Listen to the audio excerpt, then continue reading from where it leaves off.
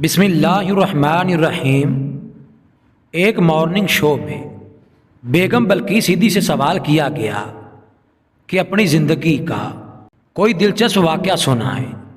بلقیس عیدی نے ہنستے ہوئے بتایا کہ ایک مرتبہ وہ اور عیدی صاحب ایک پرائیویٹ کار پر سکھر جا رہے تھے ایک شادی پر۔ رات کا وقت تھا۔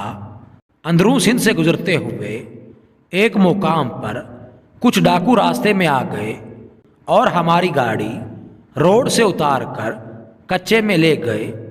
وہاں پہلے سے کچھ گاڑیاں کھڑی تھیں اور ڈاکو لوٹ مار میں مصروف تھے۔ تھوڑی دیر میں ایک ڈاکو ہماری طرف آیا۔ ڈرائیور اور عیدی صاحب کو باہر نکلنے کا کہا۔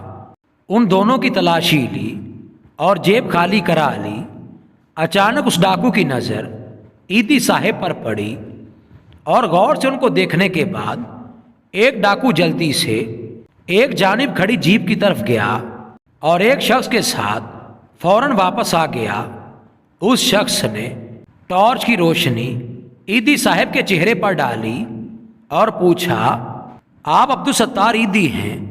جواب ہاں پر ملا تو وہ ڈاکوؤں کا سردار ایک دم پریشان ہو گیا۔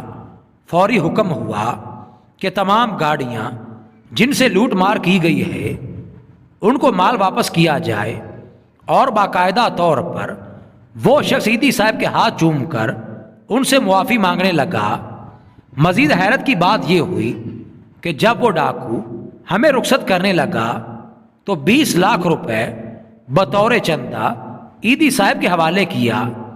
عیدی صاحب کے انکار پر بولا، سر، جب میرے جیسے گناہ گار پولیس مقابلے میں مارے جاتے ہیں تو ہمارا کوئی رشتہ دار ہماری لاش تک نہیں وصول کرتا، اور عیدی ہی ہماری لاش کو کفناتا ہے اور دفناتا ہے۔